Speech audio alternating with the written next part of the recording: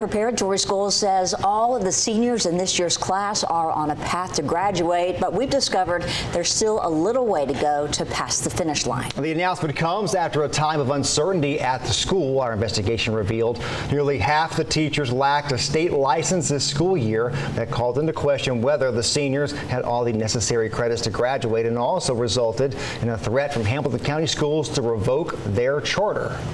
Instead, HCS placed Chat Prep on a probationary status and worked to audit the seniors' credits. Chat Prep says all their seniors were accepted into at least one college or university. News Channel 9's Maggie Weaver joins us now tonight as the schools shows pride in their first graduating class and what we've learned about the work that still needs to be done tonight. Maggie.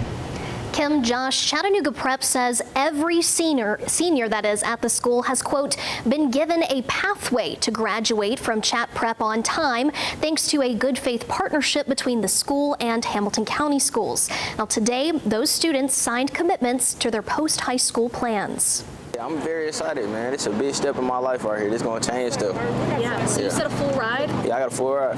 Akeem Burke is one of 50 senior students at Chattanooga Prep who walked this stage announcing plans to go to college. Class of 2025, sign your commitments.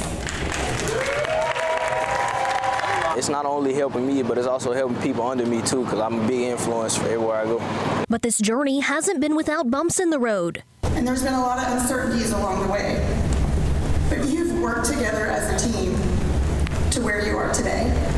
In March, Hamilton County Schools said almost half of the teachers weren't properly licensed, which called the seniors' graduating credits into question. They filled the gym for sporting events, and they filled the gym when somebody even suggested that you were not going to graduate. I'll let you in on something. Nobody was really worried because hell has no fury like parents and mentors and founders who've been told you were not going to graduate, and here you are. And although Chat Prep said each student was on the path to graduate on time, we learned from Hamilton County Schools that there is still work to be done for some of these students.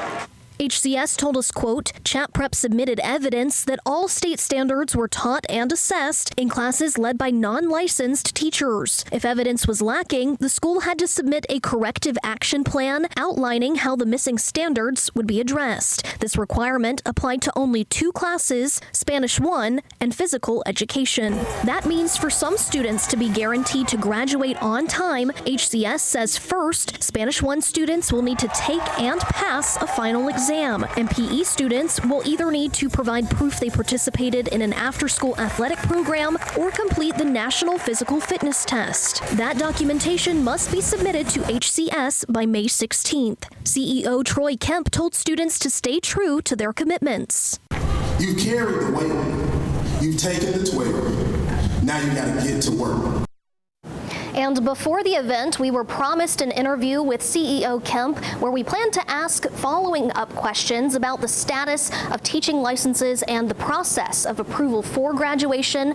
But a spokesperson from Chat Prep that they hired, a private PR firm, told us after the ceremony, staff are celebrating with parents and students and are, quote, unable to stop what they are doing to answer our questions. Kim. Maggie, thank you. Our extensive reporting on Chat Prep stemmed from an investigation into one of the school's former teachers. Kenya White faces state and federal charges, including sexual exploitation of a minor. Chattanooga police say investigations into White started when he was teaching at Eastlake Academy. Months after losing his position there, Chat Prep hired him. That was despite red flags in his personnel file about those investigations and without performing a Department of Children's Services background check. Court documents show White is expected to appear in federal and Hamilton County court next week.